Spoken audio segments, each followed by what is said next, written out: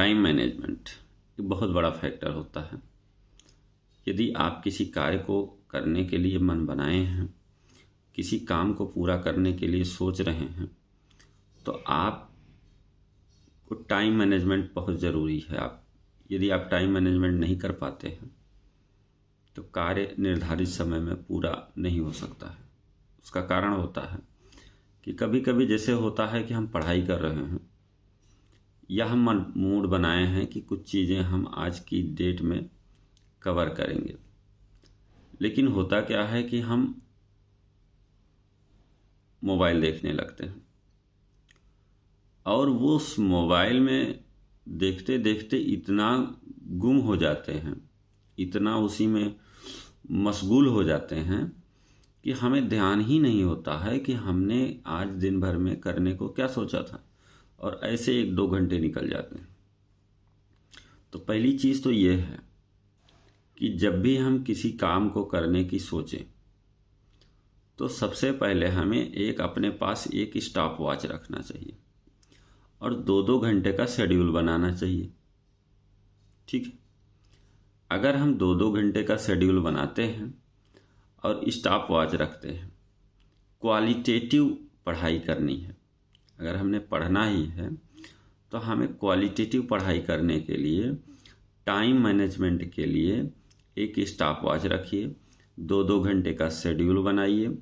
उस शेड्यूल में यदि आप पढ़ाई कर रहे हैं, अचानक से आपके दिमाग में कुछ ऐसे ख्याल आने लगते हैं कि आप उसी में खो जा रहे हैं, तो आपको क्या करना है, तुरंत अपना जो स्टॉप वॉच है उसे बंद कर देना है। फिर आप कुछ भी करें तब आपको पता चलेगा कि हमने इतने समय ही ये काम किया है, और फिर आप पूरे दिन का आकलन लगाइए कि हमने वास्तव में प्रोडक्टिव वर्क में हमने कितना काम किया है, कितना समय दिया है, और अगले दिन से वो सारी चीज़ें अपनी डायरी पे लिखिए, और उसको लिखने के बाद फिर आपको लगेगा कि हमने क्या काम किया है, क्या नहीं किया है, अगले दिन से सुधार करिए। दूसरा चीज़ क्या है कि आप जैसे 2 घंटे का शेड्यूल बना रहे हैं, तो एक बार में 2 घंटे नहीं हो पा रहा है, आपके पास कुछ काम निकल आया, घर का ही कोई काम निकल आया, तो उसके लिए आप 2 घंटे में 4 ब्लॉक बनाइए 30-30 मिनट का।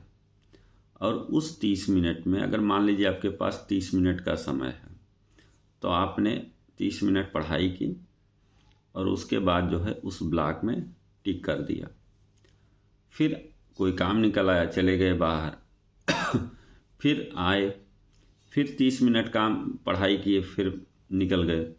तो उससे क्या होगा कि आपको अपनी जो क्षमता है, अपना जो प्रोडक्टिव वर्क है, उसको करने में बोरियत भी नहीं होगी और आपका काम भी होता रहेगा।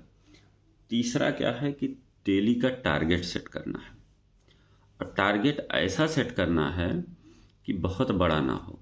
यदि बड़ा टारगेट आप सेट करते हैं तो आपको समस्याएं होती हैं।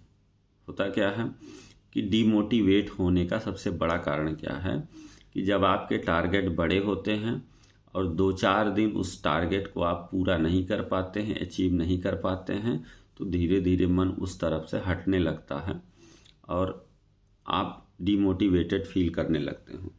तो टारगेट सेट करिए और टारगेट अपनी पहुंच के बराबर में सेट करिए। ये नहीं कि आपकी पहुंच 5 घंटे की है तो आप 10 घंटे का टारगेट सेट कर देंगे, ऐसा नहीं हो सकता है। तो उसके लिए आपको जो है अपनी क्षमता के अनुसार टारगेट सेट करना है, और टारगेट यदि आप सेट करते हैं तो उसको प्राप्त करने की कोशिश भी करिए, उसको अचीव करने का प्रयास भी करिए। ऐसा नहीं है कि जो लोग टारगेट सेट करके उसको अचीव करने की कोशिश नहीं करते हैं या नहीं प्रयास करते हैं, या टारगेट बड़ा हो जाता है, प्रयास करने के बावजूद भी वो पूरा नहीं हो पाता है, तो कहीं ना कहीं से वहीं उनके जीवन में नकारात्मक चीज़ें हावी होने लगती हैं और उनके मन में ये आने लगता है कि मैं अमुक चीज़ कर ही नहीं पाऊंगा। लेकिन ऐसा नहीं है।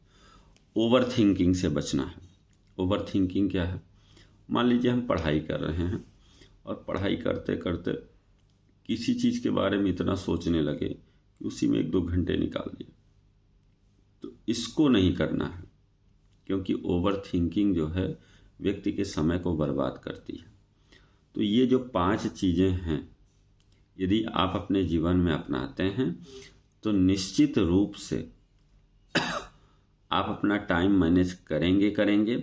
साथ में आपको लगेगा, आप कुछ दिन लगातार अगर करते रहते हैं, 21 दिन आप करिए, तो आपको ये लगने लगेगा कि हाँ, कुछ जो है चीज़ें हो रही हैं, कॉन्फिडेंस आने लगेगा। और कॉन्फिडेंस जब आने लगेगा तो आप कोई भी टारगेट होगा उसको अचीव करने से घबराएंगे नहीं।